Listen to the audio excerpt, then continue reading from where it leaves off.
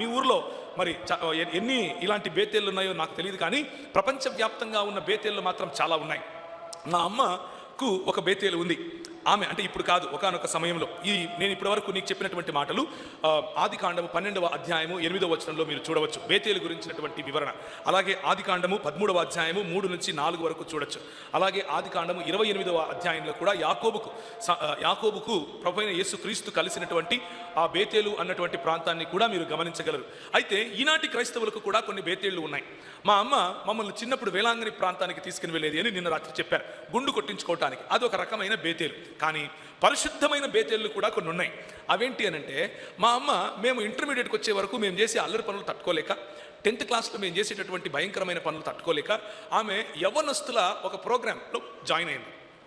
ఈ యవ్వనస్తుల ప్రోగ్రాంలో ఇంత డబ్బు అని కట్టాలి, మార్గదర్శి చిట్ ఫండ్లో కట్టినట్టుగా కొంచెం చిట్ ఫండ్ కట్టాలి. చిట్ ఫండ్ కడితే మన కోసం ప్రార్థన చేసేవాళ్ళు ప్రత్యేకంగా ప్రార్థన చేస్తారనమాట. మనకు బర్త్డే వచ్చినప్పుడు ఫోన్ చేసి హ్యాపీ బర్త్డే చెప్తారు. ఇది ఆ ప్రోగ్రాంకి ఉన్నటువంటి మెయిన్ కారణం, లేకపోతే మెయిన్ ఉద్దేశం అనమాట. మా అమ్మ ఏం చేసేది అని అంటే, ఒకానొకసారి ఉదయాన్నే లేచిన తర్వాత మా అమ్మంది, ఒరే లేరా మనం పోతున్నామంది. ఎక్కడికి మా అని అడిగాను. మనం దేవుణ్ణి చూడటానికి వెళ్తున్నామంది.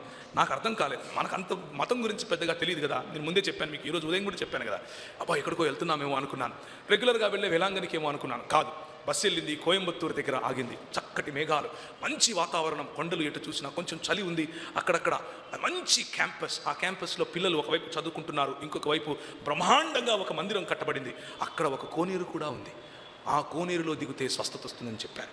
మా అమ్మ వచ్చింది. మా అమ్మ వచ్చి అక్కడ చుట్టూ ప్రదక్షిణాలు చేసి 2 టెంకాయలు కొట్టి కోనేరులో దిగుదాము అని డిసైడ్ అయిపోయింది.